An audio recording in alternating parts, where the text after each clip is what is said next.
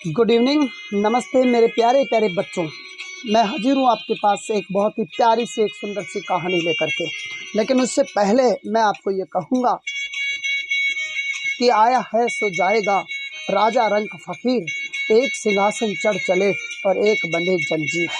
आपको याद होगा कल मैंने कहा था कि मैं आपके लिए बहुत ही सुंदर सी एक बहुत ही प्यारी सी कहानी लेकर के आऊँगा।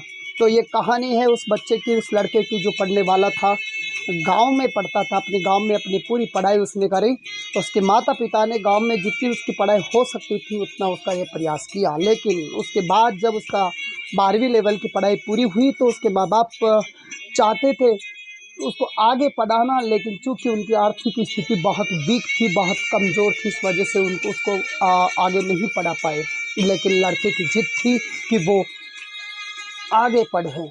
तो माता पिता ने कहा कि बेटा, अगर तू चाहे तो आगे पढ़ सकता है, लेकिन तुझे अपने स्तर पे पढ़ाई करनी होगी और पैसे जुटाने तुम स्वयं को होंगे।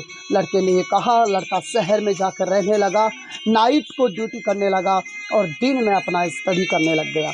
ऐसे करते करते करते करते वर्षों बीत गए। वर्ष बीतने के बाद में जब लड़के ने नौकरी की, सर्विस की तैयारी करनी शुरू की, तो उसने फॉर्म भरा और फॉर्म भरने के बाद में उसका कॉल इंटरव्यू हुआ। और इंटरव्यू का जो कॉल लेटर आया, जिस वक्त आया उस वक्त वो जॉब छोड़ चुका था और उसके पास 1 रुपया भी नहीं था। और यहाँ तक कि उसके पास जहाँ इंटरव्यू का सेंटर था वहाँ तक भी वो लड़का नहीं पहुँच सकता था। अब परेशानी लड़के के सामने थी। पैसे जुटाए तो इतने बड़े शहर में कहाँ से जुटाए। और लेकिन लड़का सुबह तैयार हुआ, ईश्वर परमात्मा को याद करके कि शायद कोई मेरा जान पहचान वाला लड़का वहाँ मिल जाए और वो मुझे शायद दे देगा किराया और मैं अपने इंटरव्यू के लिए निकल जाऊंगा। लेकिन जिस भी बस में वो बैठता वहाँ उसका कोई परिचित नहीं मिलता था उसको, इसीलिए उसे बस से वापस उतरना पड़ता। इधर ही उसका इंटरव्यू का समय हो रहा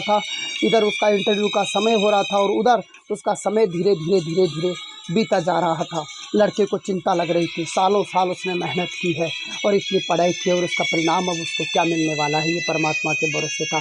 परेशान होकर के सामने रोड के उस तरफ एक मस्जिद थी और मस्जिद की सीढ़ियों पर जाकर के वो बैठ जाता है।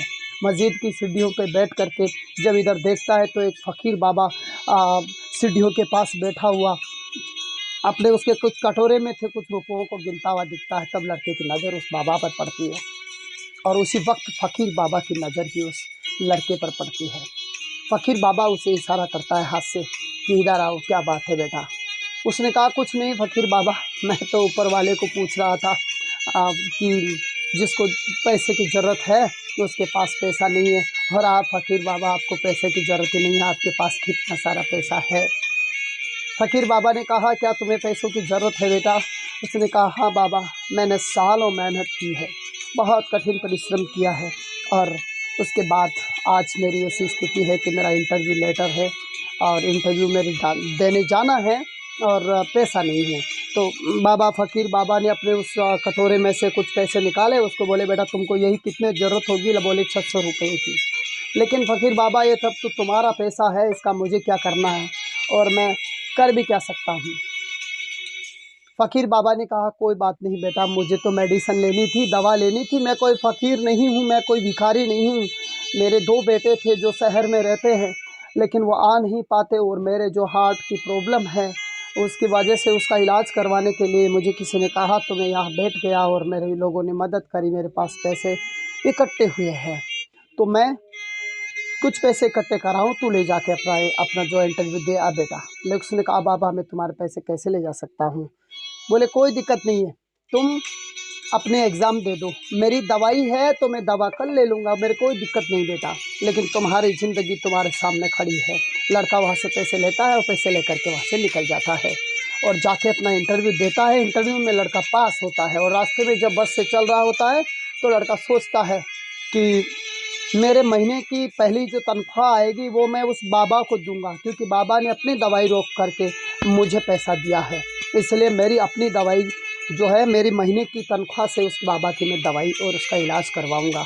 ये सोचता हुआ बस में चलता है। लड़का आके उसी स्टैंड पे मस्जिद के सामने जब उतरता है तो जिस दिशा से वो बैठा था वो मस्जिद के किनारे सीढ़ियों पर, वहीं पर जहाँ फ़कीर बैठा हुआ था वहाँ भीड़ लगी हुई थी और लड़का भीड़ को चीरता हुआ आगे बढ़ता है तो लड़का देखता है कोई कह रहा था कान में किसी लड़के के, कोई बोल रहा था कि था कोई फ़कीर जिसकी मौत हो गई है, और फ़कीर की मौत हो गई है ऐसा सुनते ही लड़का का जो है सन्नाटा सा छा गया। कहीं वही फ़कीर बाबा तो नहीं जिन्होंने मुझे पैसे दिए थे।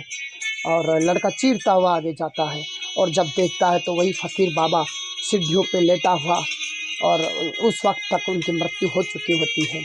और वहीं पर खड़ा कोई आदमी बोलता है, अरे फ़कीर था, मौत हो गई तो क्या हुआ, किसी काम का तो था नहीं। तब उस लड़के ने वहाँ वो बात सुनी जो लड़का सुबह उससे पैसे लेके गया था। फ़कीर बाबा ने अपनी ज़िंदगी दे कर के उस लड़के को नौकरी दिला दी। दुनिया में मदद करने वाले बहुत होते हैं, और कहते हैं ना कि जब किसी का दुनिया में कोई नहीं होता है तो उसका ऊपर वाला होता है। मुद्दते लाख बुरा चाहे क्या होता है, वही होता है जो मंजूर खुदा होता है। अलविदा, कल फिर मिलेंगे दोस्तों। गुड बाय, शुभ रात्रि।